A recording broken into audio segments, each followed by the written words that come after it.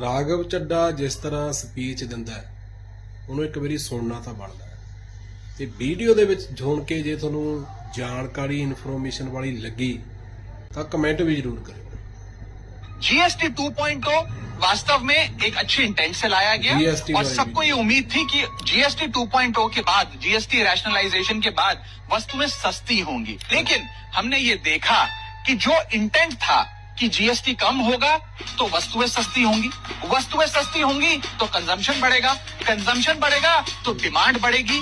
ये हुआ नहीं, और ये इसलिए नहीं हुआ सर क्योंकि प्राइवेट कंपनियों ने इस मुनाफे को जनता को नहीं सौंपा। मैं बता रहा हूँ, तो उदाहरण के माध्यम से आपको बताना चाहूंगा सर कि एक वस्तु 100 रुपए की बाजार में मिलती थी, उस पर 18% जीएसटी था, तो उसकी मार्केट वैल्यू 118 रुपए थी। सरकार ने उस पर जीएसटी 18% से घटाकर 5% कर दिया। अब वो वस्तु 100 प्लस 5% 105 रुपए की मिलनी चाहिए, जो पहले 118 रुपए की मिलती थी। लेकिन आज भी बाजार में वो वस्तु 118 की मिलती है क्योंकि प्राइवेट कंपनियों ने इस जीएसटी के रिलीफ को कंज्यूमर को पास ऑन नहीं किया, या ग्रामेज कम करके प्रोडक्ट की क्वांटिटी कम कर दी और दाम कम कर दिया।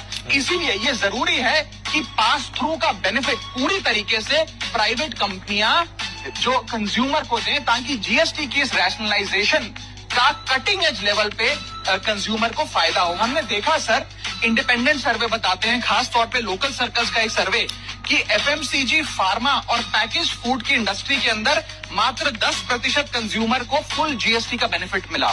कंज्यूमर ड्यूरेबल्स बाजार में 34% ही उपभोक्ताओं को फुल बेनिफिट मिला इस जीएसटी पास थ्रू का। और ऑटोमोबाइल सेक्टर में जो रिलीफ मिला, बताया जा रहा है कि जनवरी 2026 से तमाम ऑटोमोबाइल कंपनियां अपने दाम बढ़ाने जा रही हैं। इसीलिए सर मैं कहना चाहूंगा, tax reform without enforcement will become a transfer of benefit from the citizen to the company. एक हाथ से जीएसटी रिफॉर्म आया, जीएसटी का रेट हटा, लेकिन दूसरे हाथ से अगर प्राइवेट कंपनियां वो बेनिफिट कंज्यूमर तक पहुंचने नहीं देंगी और वस्तु का दाम बढ़ा देंगी, तो एंड कंज्यूमर को कोई फायदा नहीं होगा। इसीलिए मैं याद दिलाना चाहता हूं कि section 171 of the CGST act, जो एक सनसेट क्लॉज के तहत अब समाप्त हो गया, उसकी जो मूल भावना थी वो बड़ी सीक्रेट है, जो ये कहा करता था that tax cuts must translate into price cuts. Any benefit in the reduction of tax must be given to the end consumer as a reduction in prices. ये करने की आवश्यकता है। No doubt, GST 2.0 is a landmark reform, but without pass-through benefit, it is an incomplete reform. ਆਹ ਫਰਕ ਹੁੰਦਾ ਜਦੋਂ ਤੁਸੀਂ ਕਿਸੇ ਪੜ੍ਹੇ ਲਿਖੇ ਬੰਦੇ ਨੂੰ ਪਾਰਲੀਮੈਂਟ 'ਚ ਭੇਜਦੇ ਹੋ।